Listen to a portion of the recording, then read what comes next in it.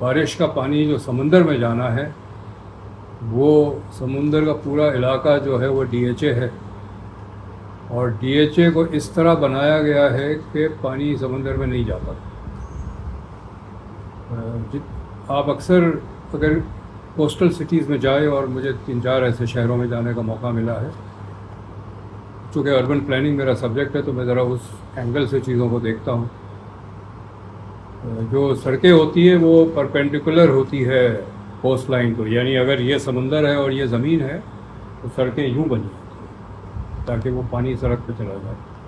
D H A کی ساری سڑکیں یوں بنی ہیں، پیرالل بنی ہیں، اور جو سبا ایونیو ہے وہ ایک قسم کا ڈیم بن جاتا ہے، پانی روکتا ہے سمندر میں جانے سے۔ سبا ایونیو آپ لوگ کبھی جا کے ذرا ڈرائیو کریں اور دیکھیں کس طرح ہے۔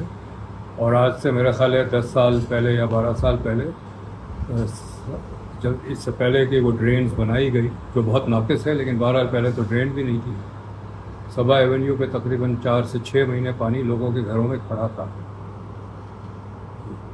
یہ ایک مسئلہ ہے زمین کا، اور صرف کراچی کا مسئلہ نہیں ہے، پورے سندھ کا مسئلہ ہے۔ آپ یہاں سے حیدرآباد جائیں، سائٹ پہ آپ کو اگین میلوں کے حساب سے ایسے انسٹالیشنز ملیں گے جو